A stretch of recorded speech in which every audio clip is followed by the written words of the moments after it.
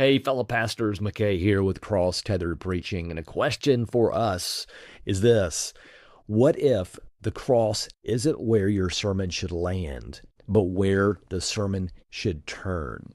Yes, yes, we must preach to the cross, but we must also preach through the cross because sermons that stop at the cross leave too much grace on the table. And here's what I mean. The cross secures two things at once: position and power.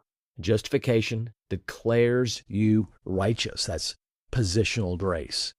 But Jesus says there's more. There's transformational grace. He says in John 15, abide in me and I will abide in you.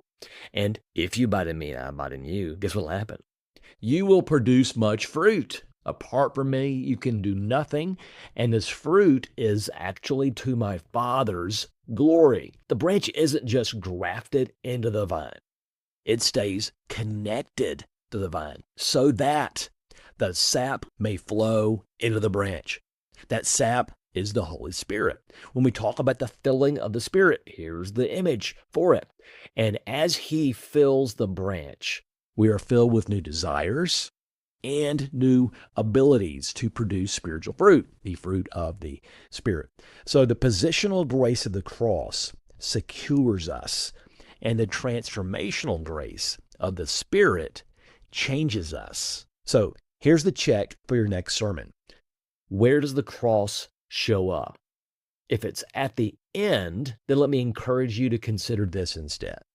Rather than preaching the cross as a fallback for failure, as a landing strip, as the end, preach it as the fuel for new life, the launching pad, and go on to show what that new life can look like as we live in union with Jesus. Having celebrated the substitutionary act of redemption by our hero, sermon application now gets to reframe the Christian life as a new way, the new way of the Spirit, all by grace, versus the old way of the flesh under the law. We receive new desires to follow Jesus. We receive new motives of love, grace, and faith, rather than duty, fear, and shame. No longer is application stated as obligation, but as opportunity. It's no longer, here's what you have to do, here's what you should do. And there's a time for those terms. But the framing is now, here's what you get to do, here's what you can do. Because we have a new power to match our new position. The indwelling, filling sap of the Spirit who flows into those who abide in Jesus. You can see how this all maps out in the PPGR preaching framework. We describe the truth and the principle. We reveal how and why the flesh resists the truth and the problem.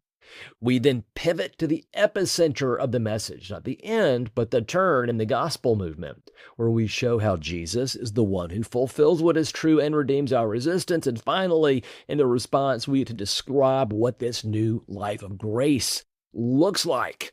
Of course, the PPGR, principle, problem, gospel, response, that just mirrors the meta framework of creation, fall, redemption, and restoration. So, preach the cross not just as the end of your sermon, but as the turn within it, and see what happens. Thanks for being with me. My name is McKay, and I look forward to being with you next time.